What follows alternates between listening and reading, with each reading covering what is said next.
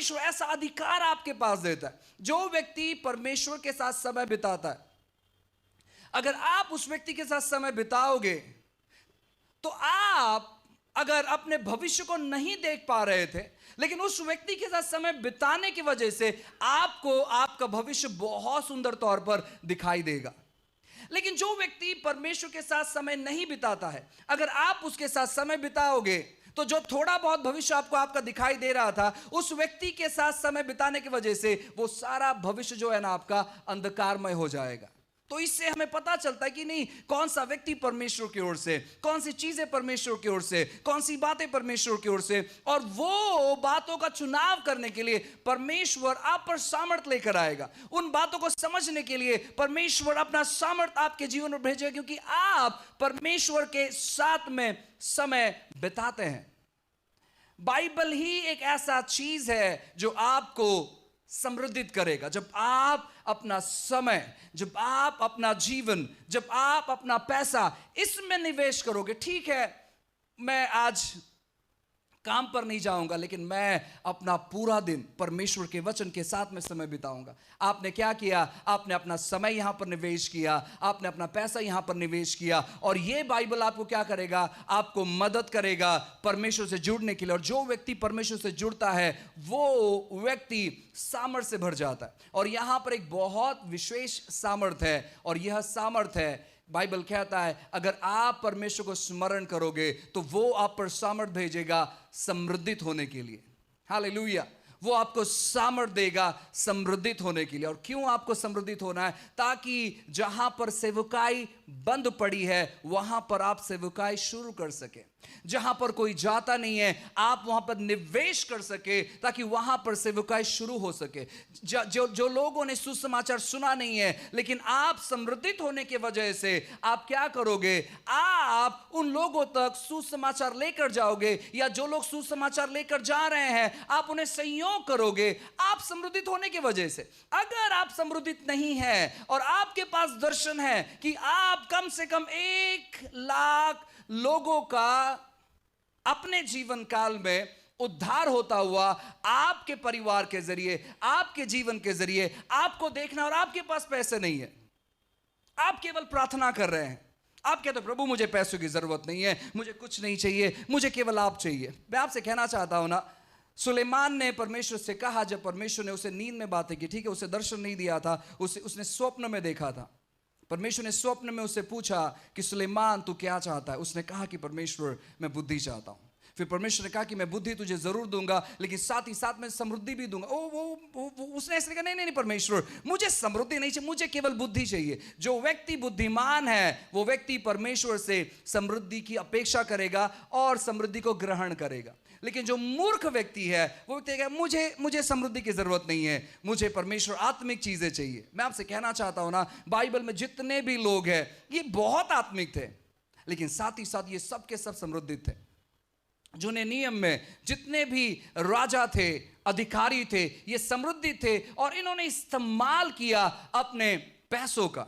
जब आप नए नियम में देखोगे यीशु मसीह के जो शिष्य थे, मैं आपसे कहना चाहता हूं ना, ये सबसे ज्यादा समृद्धि थे। मालूम है क्यों? क्योंकि वो इस तौर पर उन्होंने अपना जीवन समर्पित कर दिया कि परमेश्वर हमें कोई चीज की जरूरत नहीं है। हमें 2 प्रकार से काम करना है। एक, जिस प्रकार जूने नियम में लोगों के पास अद्भुत तौर पर था, और नए नियम में जिस प्रकार लोगों ने अपना सब कुछ निवेश किया परमेश्वर के राज्य को बढ़ाने के लिए। और बाइबल कहता है कि उनके जीवन में किसी भी प्रकार की कमी घटी नहीं है, किसी भी प्रकार की। मैं वर्तमान के बारे में मैं बात कर रहा हूं, मैं आपके बारे में बात कर रहा हूं। आपको इन चीजों को ग्रहण करना है कि परमेश्वर मुझे मदद कर, मुझे सहायता कर आपके राज्य को बढ़ाने के लिए। आपको तैयारी करना चालू करना चाहिए। अगर आप चाहते हैं कि परमेश्वर आपका इस्तेमाल करे, तो आपके पास जो चीज है उसके द्वारा आप कैसे परमेश्वर के राज्य को बढ़ाओगे वो योजना ना करें। अगर आप परमेश्वर के राज्य को बढ़ाना चाहते हो, वर्तमान में आपके पास कुछ नहीं है, तो सबसे पहले परमेश्वर से दर्शन पाए कि प्रभु आप क्या चाहते हो मेरे जीवन में, मेरे जीवन के द्वारा आप क्या चाहते हो।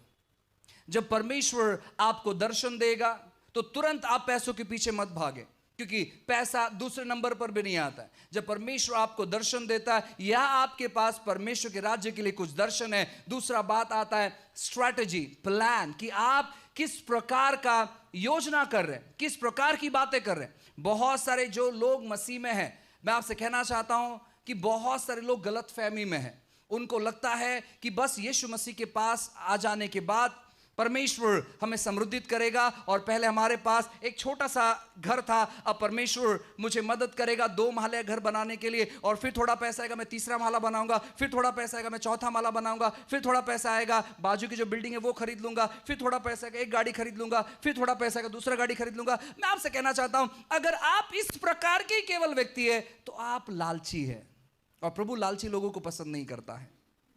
प्रभु पूरा मुंबई आपको दे देगा। परमेश्वर ने कहा कि राष्ट्र मांग, मैं राष्ट्र तुझे दूंगा। परमेश्वर नहीं चाहता है कि आप पैसों के कब्जे में रहे।